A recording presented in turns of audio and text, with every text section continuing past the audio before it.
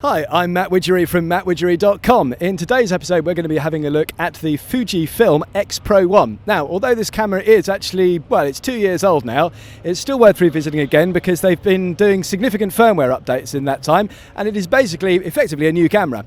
Why have I come here to Goodwood Revival? Well, this is the home of classic stuff, and as you can look around here, we've got planes and automobiles and all kinds of stuff. And so this is obviously, as a camera, designed to affect that, or look at that sort of, really retro market. So we're going to have a look at it, see if it is just about the looks or if it's got anything underneath the tank. So let's go back onto the computer and have a look at these images, and we'll see what we think of them.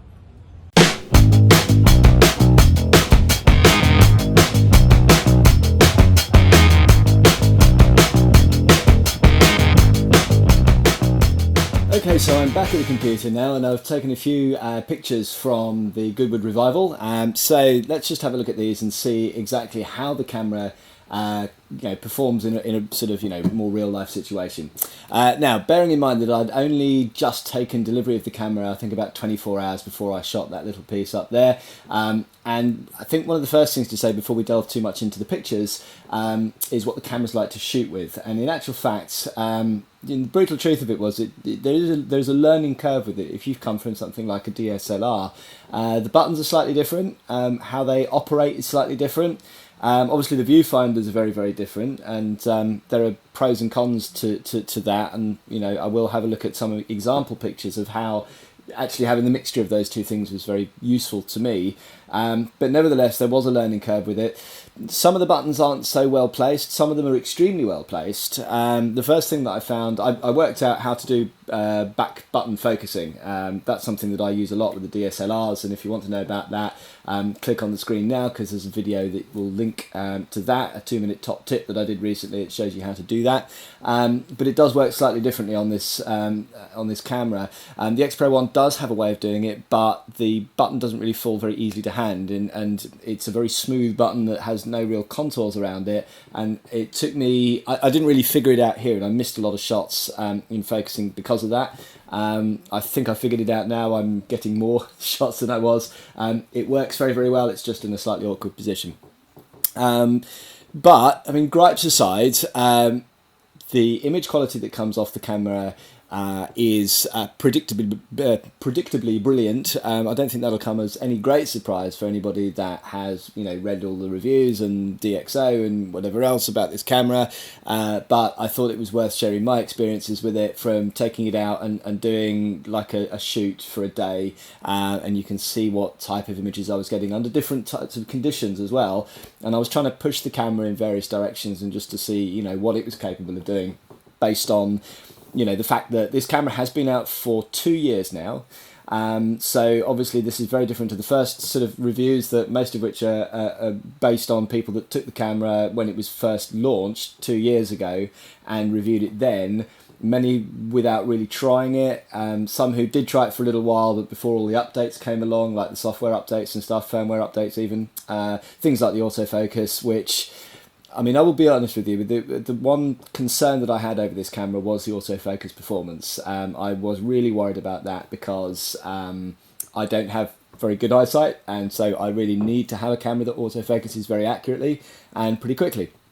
And I thought that might be the one area that was a bit of a letdown with this camera, and really the only reason I was still looking at an X Pro 1 was because I knew that in one of the recent firmware updates they included focus peaking, and so my original thought was basically, okay, if autofocus isn't that great, I'll use manual focus with the focus peaking, and I'll do zone focusing, which is what I do with the Ricoh GR.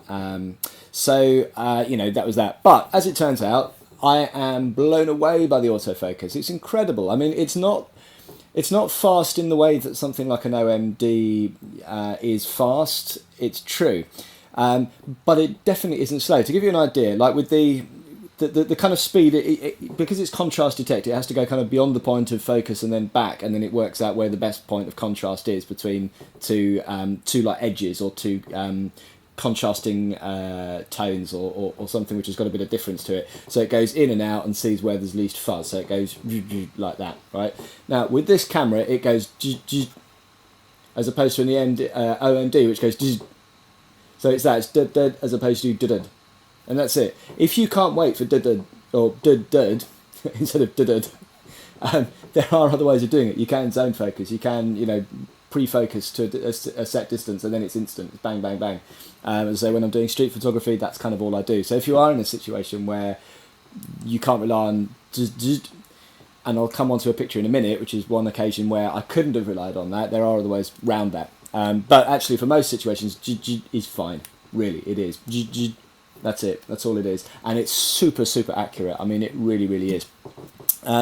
Okay, so let's have a look at the images. The first thing that we can see up on screen here, this is the inside of a really beautiful Rolls Royce. It is shot on the EXIF data here. It was at 100th of a second at f4, and it was at ISO 400. Okay, now this camera's got incredible ISO performance, and I wanted to do two side-by-side shots at very differing ISOs just to see exactly you know, what the difference was between the two. So we can zoom into this, and you know, as you can see, there is you know, a little bit of noise there, but it's very minimal, frankly. It's you know, it's a shot that you could print in any magazine, and it's absolutely great. Now this next shot, this was exactly the same shot, but this was taken 60th of a second at f16, purely only so that I could then rise the ISO up to 4000. So this one here shot at 400, this one here was shot at 4000. And if you look at the levels of noise between the two, there is no difference. I mean, no difference that I can see. You know, there will be some pixel peepers in there that will probably, I don't know, put some sort of weird microscope on there, and they'll say, oh, well, you know, the chromatic noise at 4000 is 0.3% more than it is at 400. So, you know, but, you know, again, this is a print-ready image. In anybody's book, it's astonishing, frankly. I've been used to the D300. I can get away with shots at 1600 ISO, but you know, most of the time at that point, I am starting to lose a lot of sharpness, and you know, there is colour that creeps into that, which are, you know, funny colours that come into the shadows and things, which I don't really like. So for those shots, I tend to shoot a lot in black and white. But there's really no difference between these shots at all. So that was the first test that I did, and I was just amazed by that. Very, very impressed. This shot here, which stick this up on the full screen. There we go. Right, this is one of the races that happened. This was this was the Mustangs that were going around, and this particular Mustang leaving a trail of smoke behind it, I really liked. I shot this at let's see if we can get the info to come up on the screen there. There we go. Right, so I shot this at 60th of a second at f16, and at ISO 200. It was very bright out there.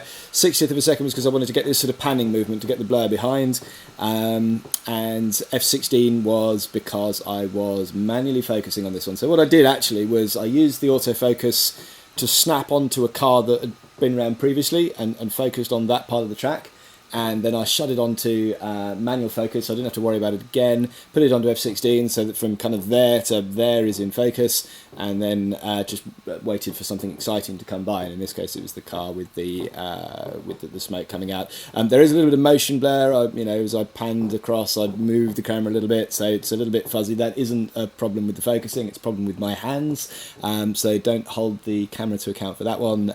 You know, if I had been holding that steady, it would be very, very sharp indeed. So that was that one. I don't really realize there's that much exciting to tell you about that shot. Okay, so this one, this was a different type of image, and just to show you, you know, that the camera can focus perfectly clearly.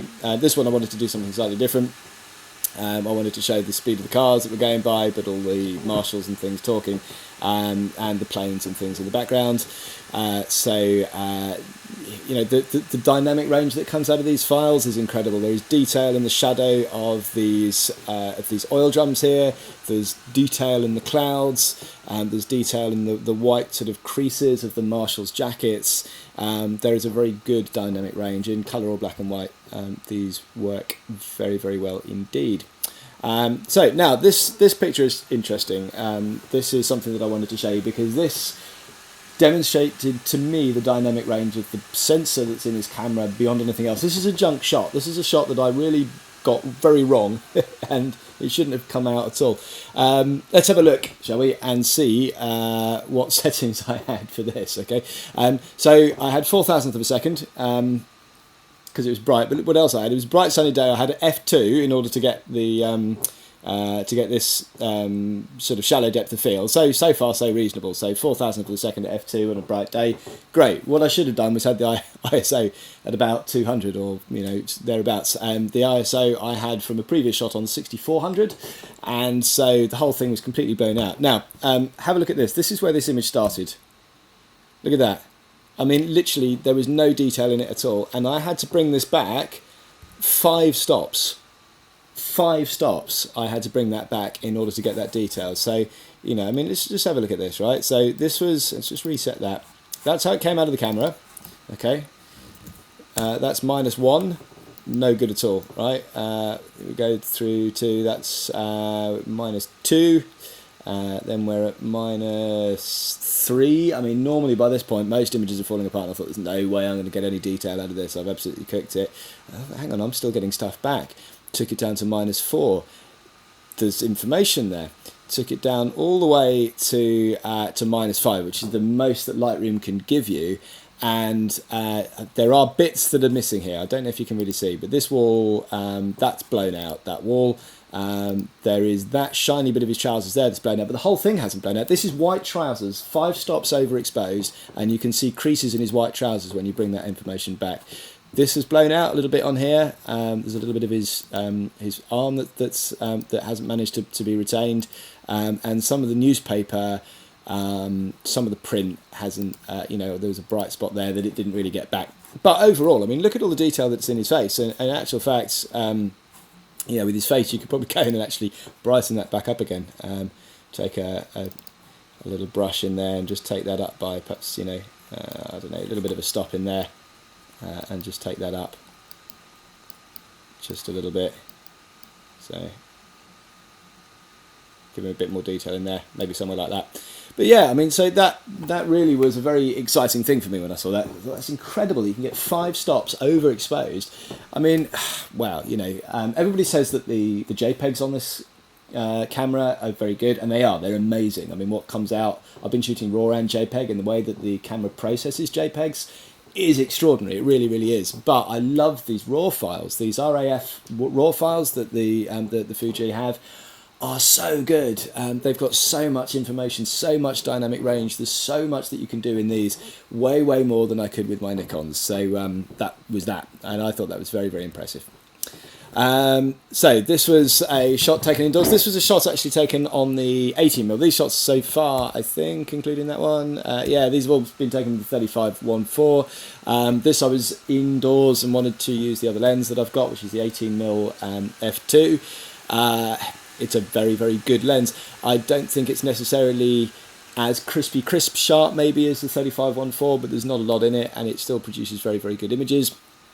On here, the focus point is actually on his hands rather than on his eyes, and this was because the other difference with the Fuji system compared to like the Nikon, and I believe also the Canon autofocus systems, with the Nikon, when you have like the autofocus set to a single point, you can use the little D-pad at the back to literally steer that around the viewfinder and find, like, you steer it around the little illuminated dot that is the focal point that's going to be used. You put that over, like his eye in this case, and then you hit the focus button or focus button on the shutter, whichever you have it set up to, and it'll focus there. It's different on the Fuji, and I hadn't worked this out on Friday when I took these images, but there's the button, the AF button on the back of the camera. You have to press that. That brings up the grid. You then steer it around, press it again on the last one you left it, and then take the picture. It's like another couple of buttons pressing. I don't like that personally. I hadn't worked out that that's how you could do it, so I was trying to focus and recompose, and I don't know how I missed that. Maybe I had it on continuous focus or something and he moved. I don't know, but I was still learning the camera and whatever, so I'd kind of got that wrong. But yeah, I thought it was interesting to sort of show you that there is a difference in the way that the autofocus works. When you get the hang of it, it's actually really fine, but yeah, it is different. So this was some more shots that I took. These were the Vulcan and some really interesting and rare planes that were going over. And last year when I went to Goodwood, I took the D300 with the 80-200 lens on it, so I was able to zoom right in and get the close-ups of these planes. And I just wanted to show you that you can still have interesting shots. Obviously, if I just took the blank sky, this was the 35mm. So that's about a 50mm equivalent on a full frame camera. So you're never going to be able to get zoomed in and telephoto on these. And so rather than just having a picture of the planes, you have to think a bit more creatively. And so I wanted to get, the views of the people watching the planes as they went by. And so, I actually think that's a more interesting shot than the shot I took last year. But it goes to show that you don't need these big telephoto lenses to get interesting shots necessarily. It is a different way of approaching photography, but it forces your creativity out because you have to, think around, the kind of limitations of what you've got. And I think that can, as a photographer, be really cool. So again, this one is another variation on the theme. As they came around again, you can see the two planes as they went by, and you've got the photographers and you've got people looking at the planes, and everybody's kind of looking, up at what's going by. And it was just a different way of taking the shot. But you encompass more of the story. By doing that, you see that's the track down there. You see, like all the people sort of watching, and you can see that everybody. The point about Goodwood is you've got all the classic cars and classic aeroplanes and stuff like that, but also everybody dresses up in period costume, which is why I was dressed like I was in the intro bit. So you tell that story more if you've got more in the scene, or you've got you can tell the story in different ways. Now this shot. This I wanted to do because quite a few of the reviews that I saw basically said to me that you can't shoot sport with an X Pro 1. Can't be done because the autofocus isn't very good and there aren't any long lenses. And I kind of, I like a challenge basically. So I wanted to show that you can, if you want, you can shoot anything if you want, with any camera. Just go out and do it. Don't be, have any kind of mindset that, it can't be done because such and such a person has said that it can't be done. So this was a shot that I did, again, using a similar kind of idea to the one I did with the Mustangs earlier, where I pre-focused on, this wall behind, and then at f16 I knew that it would still be in focus for the car as it went by as well. I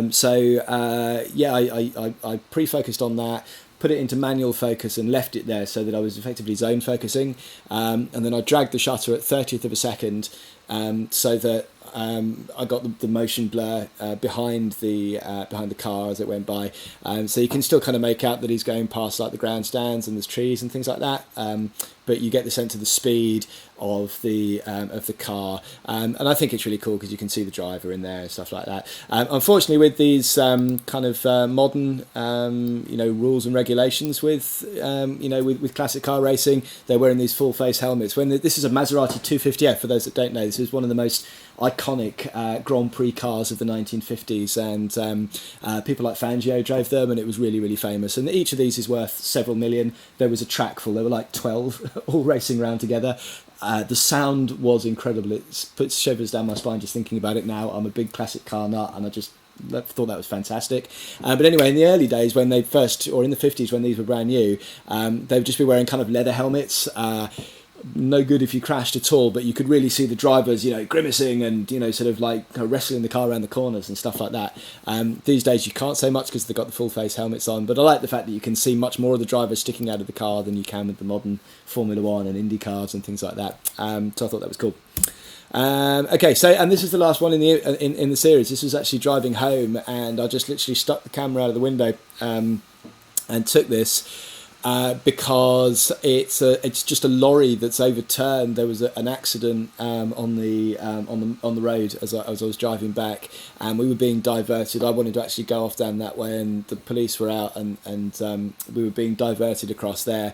It was pitchy black, nighttime, so I wanted to see just exactly how the camera is going to handle a situation like this. I didn't get the focus bang on.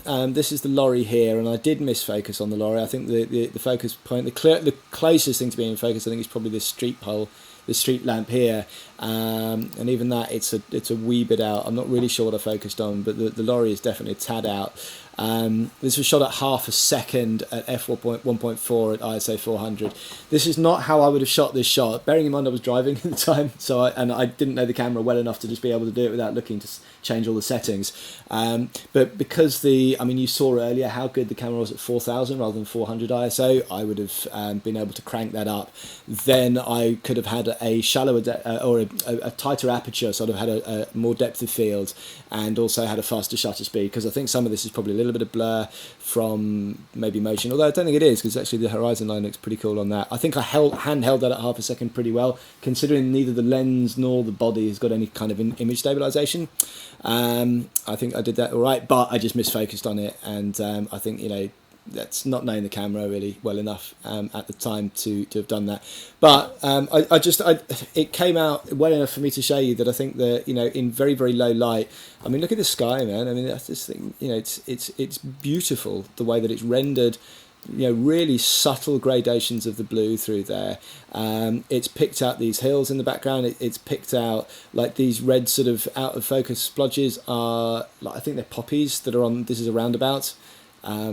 I just think that's amazing, I think the way that it's done that is really cool. Now, there's a lot of flaring that's coming off this. I don't know really why that is. Normally you'd expect to see that kind of thing when you've got a much tighter aperture. You get these kind of star things that come off light sources, and there is a lot of kind of glare coming off these, or flaring. I quite like it as a picture. I don't know what's causing that. It's something that I would like to be able to control. I like it in this instance, but there would be occasions maybe that when that wasn't useful to have. And you can see up here there's kind of a red ghosting and other bits and pieces. I don't know, I was shooting through this through a car window as well, and I know that with the contrast detect autofocus, that struggles coming through glass, and maybe this is just some kind of artifact from coming through the glass and it not being focused correctly as well. I don't know is the short answer to that. If you do know the technical reason why that happened on that shot, these are the settings: half a second, f1.4, ISO 400, using the 35mm 1.4 with it was in a car. I wasn't moving at the time, it was stopped, we were stationary and being waited to be flagged on. But yeah, if you know why that's happened, I'd be really interested to know, and I certainly will be doing other tests just to see if that's the case. So that's it. So I've now, this was all on Friday. I took try not to smack the monitor in the face. I took these images on Friday. I'd taken delivery of the camera on Thursday. As I record this, it is now Monday afternoon. So since doing this, I've shot a corporate video with it up in York the day after this, and it handled that very well. Again, so people say you shouldn't use video on this because you haven't got any manual controls, but you can actually get it to do what you want if you work around it. In terms of ergonomics, there have been things which have been a learning curve, but the more I use it, the more I'm loving it. I've had it around my shoulder pretty much. As soon as I wake up in the morning, I hang it around my shoulder and it stays there all day, and I'm taking pictures with it, and I'm learning it fast, and I'm wanting to learn it more and more, and it's engaging me a hell of a lot, and I'm really, really loving this camera. So I would say, I didn't actually mention before I finish completely about these shots. This shot here, this was the one, because one of the main reasons that I got this camera is because I really like the idea of having the optical viewfinder, being able to see what like real stuff rather than like just a computer generated version. I thought I'd use that much more. I didn't actually. What I've been using almost exclusively has been the electronic viewfinder, except when I'm doing these panning shots, because there is a small delay that you get with the EVF. I know it's a lot less on the XT1 than it is on this one, but there is a delay. Most of the time it's completely irrelevant, and it's certainly not enough to make me want to use the EVF much more than the OVF. But the OVF was what I used to do this, because there is that kind of that lag. These things were doing 170 miles an hour. I was stood between kind of like in a gateway thing onto the circuit, and there were two sort of banks with sort of crowds sitting on them either side. So like you're in a gateway, like it's for the marshals, and you're kind of in there, and so you can't see them as they come past that way, and you can't see them as they come past this way. So they're flashing past you in this gap basically. And they're doing 170 miles an hour. so you haven't got very much time, and any lag, believe me, you know, this thing will travel a bloody long way in the small lag that you get with an EVF. So I've switched it over to OVF, and then just and panned with the little square for the autofocus in the middle of the screen, and just panned, and I was able to keep it, and it was a lot easier to get this shot than it was to do that with the EVF. I tried with the EVF, it failed basically. So that was that. I'm loving the camera. If you've had this camera or have got this camera or are planning on getting this camera, please leave me comments below. I'd love to hear about your experiences with it or what you hope to do with the camera. So please comment on that. Like this video if you want to see more videos like this. And of course, as always, subscribe. I know I'm giving you a lot of call to actions, but all these things are super useful. And if you do appreciate what I'm doing with the channel, please do 1, 2, or all 3, preferably, of those things. And I will be your best friend forever and ever and ever. Thank you. Cheers for watching. Bye-bye.